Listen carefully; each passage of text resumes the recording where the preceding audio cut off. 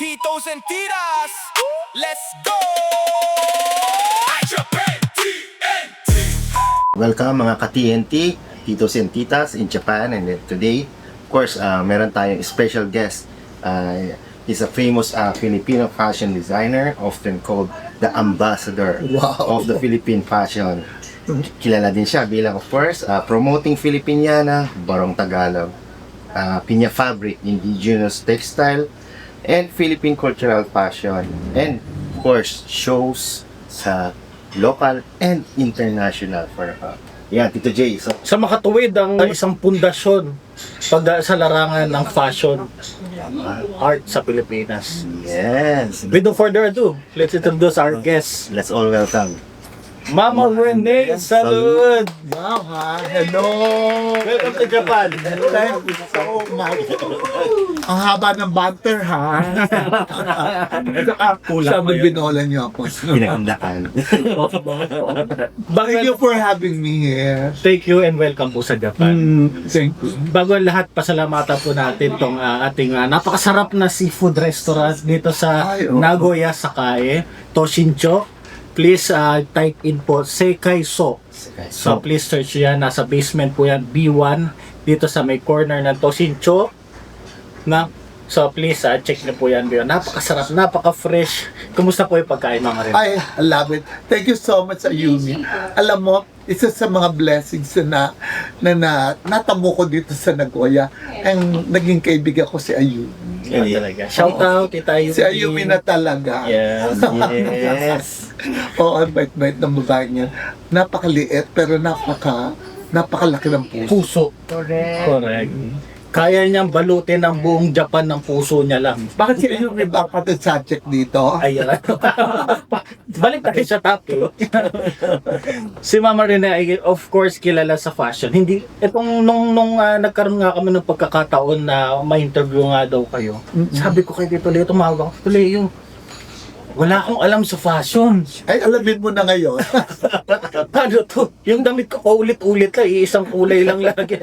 Anong magandang tulungan mo ko? Pwede bang ikaw na yung makipag-interview? Yun. Madali lang yan. So, Anything na sinusuot ng tao, anything na nakikita nyo sa kalye, that's fashion. Kasi naman na ibang tapos sinabing fashion, yung ginawa, yung makikita mo lamang sa dyaryo, sa telebisyon, suot ng mga artista, hindi ganun yun. Ang lahat ng bagay na sinusuot ng tao ay fashion. Lahat sapatos, kahit bags, na accessories, that's fashion. At syempre, ang kasuotan natin, fashion. Nagbabari lamang yon kung sino nagsusuot, kung saan isusuot, and yun lang, ganun lang ang pagkakaiba ng fashion sa nasuot ng iba't ibang klase ng tao. importante po ba yung fashion sa pang-araw-araw na buhay ng isang tao? Well, kailangan yun. I mean, kasi nga, pag anything na sinuot mo sa katawan, fashion na yun eh. Kailangan naman tayo, iba, in other words, wala tayong suot sa katawan, walang saplot, ibig sabihin walang fashion. Ano gusto? Hubad? Correct. Kaya nga, dapat may fashion. Saka, actually, fashion is a reflection of the personality of the wearer. So, kung anong makikita mo na kasuotan o look ng isang particular person, maaaring masabi mo na ganon. It's not being judgmental, pero hindi natin maaalis na huhusgahan agad ng tao na agad yung isang tao dahil sa pamagitan ng yung assessment niya sa fashion na suot niya. Nabanggit niyo yung respeto, Mama Rene, no? Sinasabi niyo po ba sa magandang pananamit, sa magandang taste ng fashion, na pwede ka makakuha ng respect sa tao? Totoo yun. Kasi nga, may mga tao, kasi naman alam mo yung fashion. Iba, may mga ulterior motives rin eh. May mga nagsusuot ng fashion na napaka-revealing kasi gusto lang mang-akit. Siyempre, pagka ganun ang thinking mo na may pagkamalaswa ng fashion mo, siyempre, hindi mo ma-achieve yung the respect that you will enjoy from other people. So, napakahalaga pa rin ang propriety. If you don't have it, so, mawawal din ang respeto sa iyo talaga. Bilang Pilipino po, Mama Rene, sa tingin nyo ang Pilipinas is nakakasunod ba sa fashion pagdating sa global? Of course! Talaga? Of course. Alam mo mga Pilipino, they're very prestigious dressers. And ang mga nakakalamang nga yung mga Pilipino sa Pilipinas kasi sa Pilipinas kasi napakadali magpatahe ng damit, yung mga custom-made na damit. Sa abroad, bago ka magkameron ng yung damit na tahi talaga sa iyo, it entails a lot of money at saka you need a good connections to the designers, to the sewers. While in the Philippines, lahat ng kanto may mananahi. Kaya napakadaling ma-achieve yung look na gusto mo. At it's very easy to avail the good clothes. Yung material. Material natin, okay lang kasi yun nga lamang, most of our fabrics are from abroad. But now nauso na ngayon ang indigenous fabrics, yung mga local materials na hand-woven from the mountains of Mindanao, and the Ilocos region, and the mountain province, and yung mga apaka weaves sa Bicol, saka yung mga pinya weaves sa Aklan. We have actually elevated our fashion because with the present group of designers, I mean, with the best designers from before, we were able to come up with what is the real Filipino fashion, and that is the Filipino look and the Filipino fabrics. But yet, still we have to import other kinds of fabrics because we are not yet that industrialized, and we don't have that much technology yet. But we are going there. We are getting to be at par with the international vibes and designers. Ano opinion nyo, Mama Rene, sa dress-up culture naman ng Pilipino? Yung damitan ng Pilipino ngayon? Okay, I'm so happy that the Filipinos now have this kind of awareness of wearing our traditional clothes na modernized na yung the traditional look that could be worn in the streets, meaning it's not costumey, it becomes our trend setting outfits, and these are the clothes that you could now see and buy in the different boutiques in the Philippines or even here in abroad. But there are some stores who are carrying some Filipino outfit, Filipino clothes. The tastes of the Filipinos are getting to be very individualistic. They are now have their own look.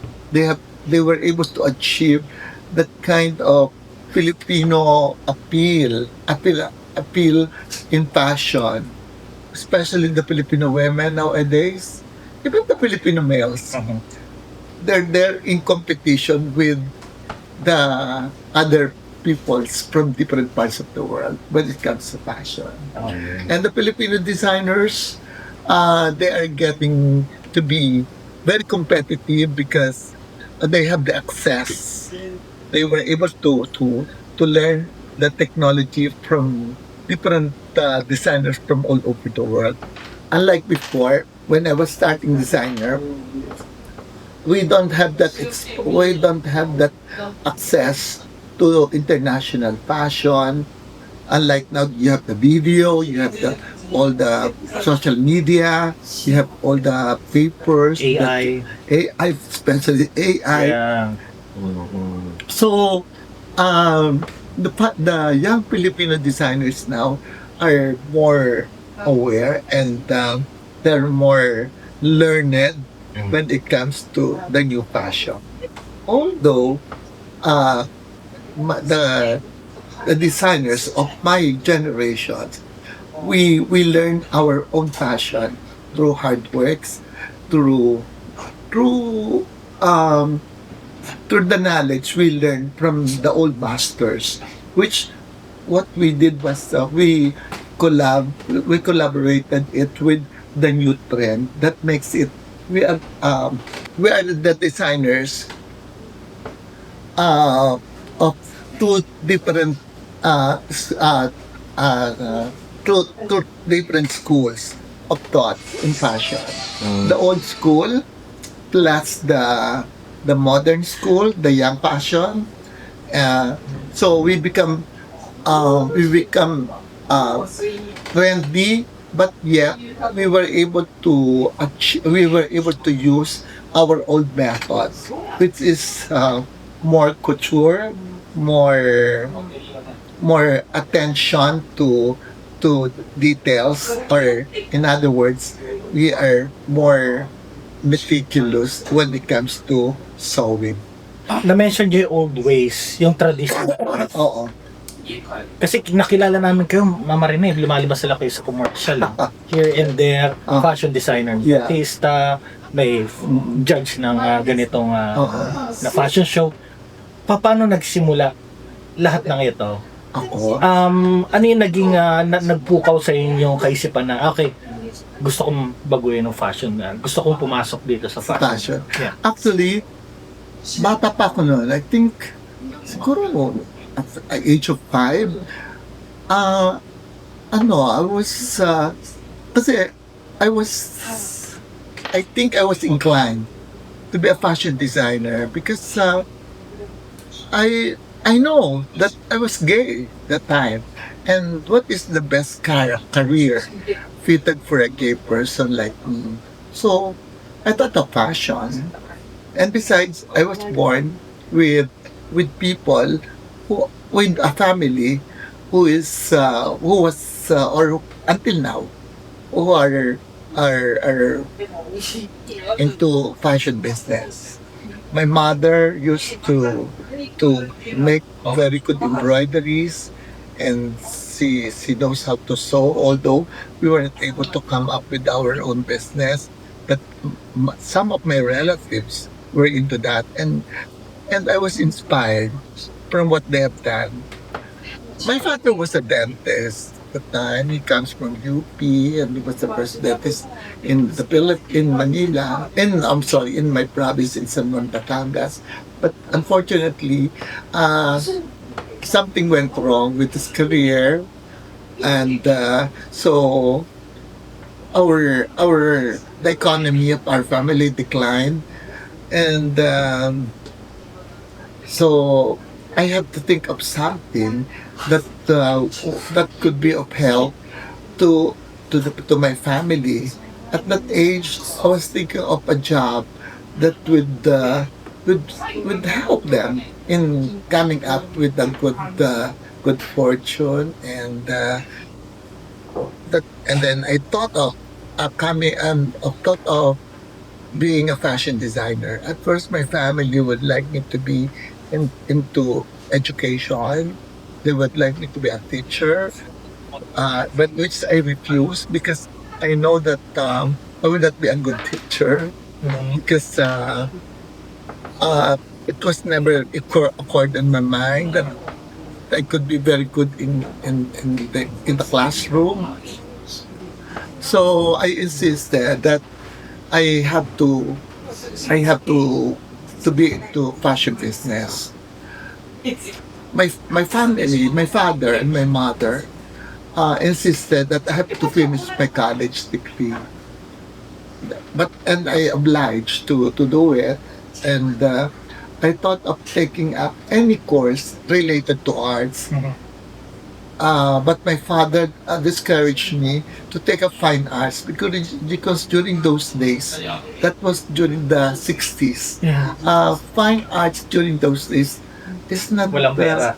Yeah, hindi ito yung career na yayamak ka agad unless you have the right connection. Your family is well connected, but which we were not. So, I thought, ano kayang bagay? Ano kayang career na babagay sa aking ambisyon na related sa arts? So I thought of taking up architecture, because architecture I would consider is practical art, because once you have the art, and at the same time pwede mong gawing negosyo na kagad. It's practical arts, just like fashion. Just like if you are in the fashion business, you express your arts, at the same time you could do business and you could make money. And so after siguro 2 years ko sa college, nag-quit na ako because mahirap dahil taking up architecture is a very expensive course. Because it entails a lot of expenditures regarding on how to make your projects, your plates. So noon ang budget namin magkano lang para sa to survive. How many siblings po? We are eight in the family. I'm the eldest, so I thought of quitting school. And at the age of 16 or 17, without any, I mean, may talent. May talent naman. With a lot of ambition and confidence, I applied for a job, and luckily I was accepted, because during those days it's very easy to find a job. Kahit na sabihin mo na you're not equipped, wala ka pa namang ganung personality to be a fashion designer. So talagang I think it's divine providence. Yun talaga ang bigay sa akin ng Diyos, na-approvean nila ako. So ayun, tinanggap nila ako as fashion designer. Nung first month ko, first days ng fashion designer, ang ini-expect ko sa fashion designer kasi dadaling ka sa salon, doon makikipag-usap sa mga clientele. Pero hindi nangyari ganoon. What happened was, I was brought sa bodega. And then, sa bodega, sabi ko, 1 year. Kala ko ba fashion designer nandun sa iba, sa usap ng mga customers. So, yun, bigla na lamang na sinabi sa akin, ang gagawin mo, sasalansan dyan yung mga damit, yung according to fabrics, according to texture, according to colors. I was surprised. But anyway, I need a job. I have to work. So, okay lang. I did it. I was able to accomplish the job. For siguro mga 2 or 3 months, I've been doing that. And then after that, the owners of the business, which is called Bellas, BELAS, approved my work, and they accepted me permanently. But they did not bring me right away. I have to undergo series of trainings, like I have to learn how to cut, I have to drape, to sew, all this stuff.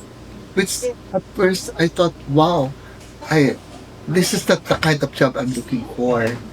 But then eventually, after siguro mga a year or 2, I learned the rudiments of making clothes and doing fashion. So after that, ayun, dinala na nila ako dun sa, binigyan nila ako ng table, binigyan nila ako dun sa lugar where you entertain the customers. And then that's the time I started to realize for myself that, wow, I'm a fashion designer already. And those moments that I regret. Why did I accept this job? And very much offended of what the monarchs did to me. Um, was turned into something very, very grateful because doon ko na-realize na what the owners of the shops, of the business did to me was something a person should do. A very good training, it's better than going to school. So that's how I started my career as a fashion designer. So nagsimula ko sa warehouse, nakita niyo yung Yeah. materials, Yeah. hanggang tinuruan ko yung maggupit, magtahi. Then eventually, nag-design. Paano ko mag-start from ground zero? Yeah, oo. Yeah. So na-cultivate talaga ko from Yeah, the roots. From the roots. Yeah. And then, it's even better than going to school. Dahil, kasi ito talaga on the job On the job, training. yeah. Oo, nakita mo na talaga Hands-on. yung hands-on talaga na paggagawa ng mga damit. So, yun. Bawal magkamali. Wala. And then after several years of working for them, I started my own business. Then, syempre, another challenge ito, another start na naman ng another chapter. So, well, sa awa ng Diyos, because of prayers, hard work, discipline, and a lot of dreams and love for fashion, I was able to elevate myself as a better fashion designer, more knowledgeable, and that time I was able to get introduced to the high society, to the press people, and then from there, I started to join fashion shows, doing fashion shows, and what helped me to boost my career as a fashion designer was through beauty contests. Okay. Because during the 70s, I think I started with 77. I love beauty contests to start with. I wanted to be a beauty queen, but of course, I cannot be. So, my love for beauty contests, my frustration of being a beauty queen was Na-divert. na-divert to discovering beautiful girls and help them to win the title. And it started that way. I started with Ana Lorenque. She won the Miss Binibini Pilipinas at Tan Universe. Then Dorothy Bradley, she won the Miss Jack International here in Japan, after winning Binibini Pilipinas siya. And then continuously, I was able to get the best women, the best girls to be crowned internationally, like Melanie Marquez, Chatsi Layan, Bong Dimacchia, Desiree Vergadero, and sina Marina Benepayo, and sina Bong Dimacchia, and then so many of them. And that helped me, that made me a designer for beauty queens, then eventually to the stars. And then I was invited, and that was the time when I get to enjoy the invitations of doing fashion shows all over the world. All over the world? Yes. Some part ng world yung first time po? My first fashion show actually was, I think it was in Hong Kong, then Malaysia, then eventually North America, in Canada, in Toronto, then the States. Ito international fashion po ito. Yeah, and it becomes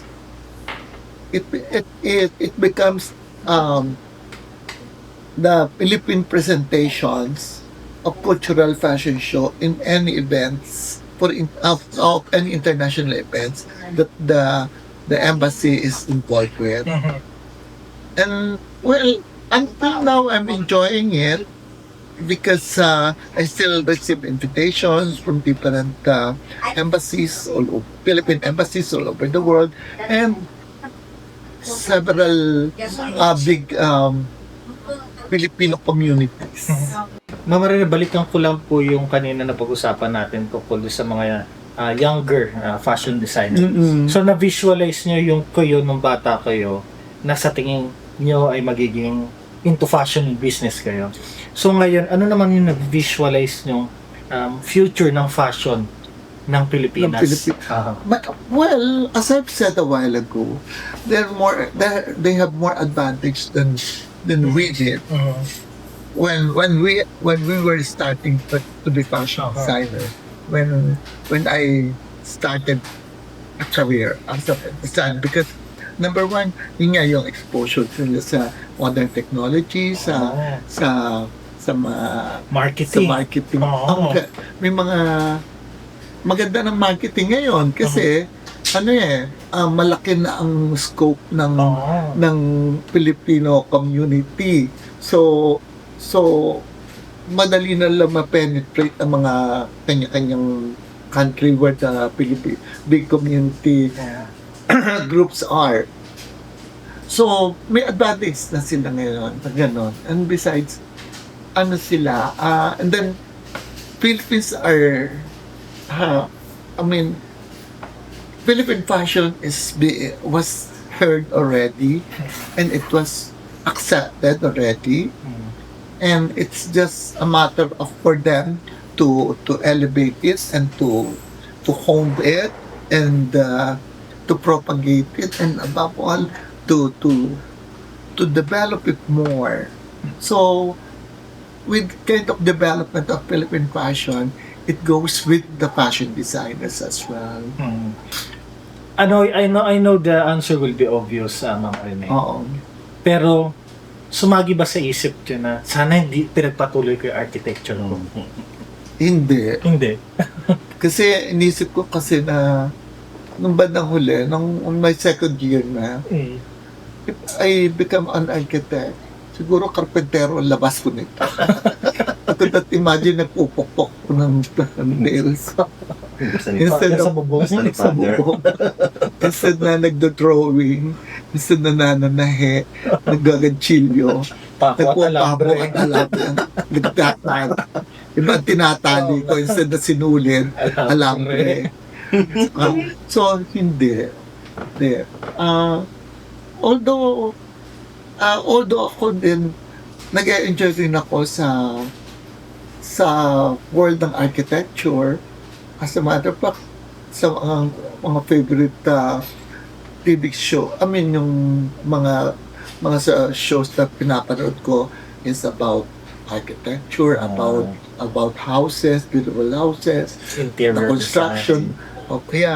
the interior design, the construction of that beautiful houses. Gusto ko pa rin yun mga nitty-gritty and how to make beautiful houses, as much as I love to know how to make good clothes. Ang question ko lang naman po bilang, of course, nag-business na kayo, Mm-mm. and then isa po kayo talaga sa isang patunay na yun nga, naging successful sa larangan na to. So, paano po kaya yung ano bang sikreto pang mapagalang success? Well, unang-una good PR. Para ma-reach mo ang lahat ng tao. The bigger you reach, the wider your venue, the better, because more customers, more the sources of your income would be better and good, and then of course you get to be well known, and but it's hard work, because some people would think that fashion designer is a glamorous job. It sounds like that, it feels like that, but actually it's not. It's really hard work. You got to travel abroad. You will be traveling by yourself. You will be doing everything by yourself. Ikaw magbibitbit ng maleta, ikaw magtitiklop, masakit katawan. kala lang nila, ay, nasa abroad siya, ang saya-saya, gano'n. But of course, there's always a perk, a lot of perks of making fashion shows abroad. You enjoy the hospitality of the people, of your hosts, and of course, you meet a lot of new people, and you were hosted to beautiful and and enjoyable places and food. So those are the things na ma-enjoy mo naman. But of course, you have to think that before you achieve that, it's really hard work. So yun. And maraming time talaga, very time Yeah, consuming. very time consuming ito. Talagang, this is a taxing job. So, but again, kinakailangan you have to develop your skills better because fashion revolves and it's very competitive world. So you don't have to stop learning. You have to go on as what I'm doing now. I am not satisfied only with what I know. I have to know more. Wow, continuous learning. Continuous learning. Wow. And one way is, of course, research and exposures to the fashion industry all over the world. Mama Rene, curious lang ako kung makakausap niyo yung younger self niyo. Yung nabanggit sa kanina when you were 5, nalaman niyo ganito na kayo ay member ng third sex. So, ano yung gusto niyo sabihin sa younger self niyo? Sa time chance. Kasi, go on with, follow your dreams. To be more of who you are. Then don't be afraid of challenges. And learn a lot. More intelligence and talent. And be a good person. Be an obedient child. Follow your parents' advice. And pray a lot. I know marami kayong errands today, Mama Rene, at maraming salamat sa pagbibigay niyo ng time sa amin. They also have time for this because I have also my blog together with Ricky Reyes. Yeah, oo. Okay, lastly, paki-invite po sila sa ating Panoodin niyo ang aming vlog. This is Rene Salud Philippines. Aming channel is PH Time. PH Time. Yes. Pwede nyo i-google sa YouTube sa YouTube. Yeah. Pwede makita sa YouTube yun. Ang collab ko dito ay si Butch Francisco. Ako minsan si Sweet. Tapos pero si Ricky mas tinanggap ng tao yung aming collab ni Ricky. Galing. Oo nga, no? Kasi talagang pillars ng Philippine industry to pagdating sa fashion. Imagine fashion. Sana pillar na walang anay. Imagine hair and hair and damit. Imagine. And then, siguro kami na lang yung oldest existing in the industry of our chosen industry. And in fairness, walang malaking scandal na alam niyo yun, May scandal. yung gumimbal lang. Wala naman kasi akong ball show yung gumalantang sa pagdating sa Wala. di ba? Wala. Wala. Malinis ang Kasi wala ako sa Senado. Kaya hindi ako nagka-scandal. Kaya walang maleta. Sana at saka I'm very very happy to be part of your program because this is one way to reach out and to reach our kababayan. Hindi lang sa Japan, kundi syempre sa iba't ibang panig ng mundo. Sana man namin kayo mahanap, Mama Rene. Okay. Actually, dati tatlo yung shop ko, isa sa Alabang, isa sa Makati, isa sa Quezon City. Syempre nakakaedad na ho ako, hindi ko na kaya magpaikot-ikot. At saka isa pa, dumaan ho ang pandemic, kaya medyo namaan din ho kami. So eto, nagko-concentrate na lang ho ako sa aking balete shop. Sa Balete. Yung Manila po. Yung Balete. Manila. Yeah. About Facebook. Sa Facebook, Instagram. Rene M. Salud. So, Oo. pwede sila pero- mag-message doon. Oo, pwede. Basta't makikita niyo yung, ano bang, ko doon? Kasi may tatlo itong mga na poster naglagay dito. I-report natin yan. Paano? That's what I would like to. Pero matagal na namin ginagawa, hindi ko naman Yung mass report natin. hindi na ma-erase So, basta makikita naman yun yung Rene Magtibay Salud. Pwede yung magtibay sa'yo. Oo. Thank you, Mama Sire, and very Any important. messages po para po sa mga kababayan Natin dito sa Japan. nangangarap din. Yung mga na-meet kayo. Ay, mga kababayan ko minamahal. Alam nyo, ang message ko lamang is panatilihin natin na magmahalan po tayo dahil alam naman ninyo, magmamahal lang magiging susi ng isang magandang pagsasamahan. At doon, pag nagmamahal sa isa't isa, minamahal na din nyo ang Diyos. At pag minamahal nyo ang Diyos, ay syempre, mahal din kayo ng Diyos, babalikan kayo na another pagmamahal. Kaya, para sa akin po, ang message ko lagi, pagka ako tinatanong, love one another. And God loves you. Kitang-kita niyo naman si Mama Rene. Kaya laging positive vibes no? Yes. Kahit saan mo makita si Mama Rene, parang hindi mo siya makikita nakasipangot, hindi mo siya makikita parang may problema. Laging positive vibe, positive aura. Well, I think so. Thank you very much for your time. And good luck sa inyo, Japan TNT. Titos and titas, only di matitinag. Japan TNT. Kwento ng buhay, inspirasyon ang hatid. Yeah. Nasa ibang bansa pero puso Pinoy. Kahit malayo pangarap, tuloy-tuloy. Diskarte, sipag, pamilya ang puhunan. Sa bawat laban di tayo susuguan. Kwento ng OFW negosyo, tagumpay mga araw.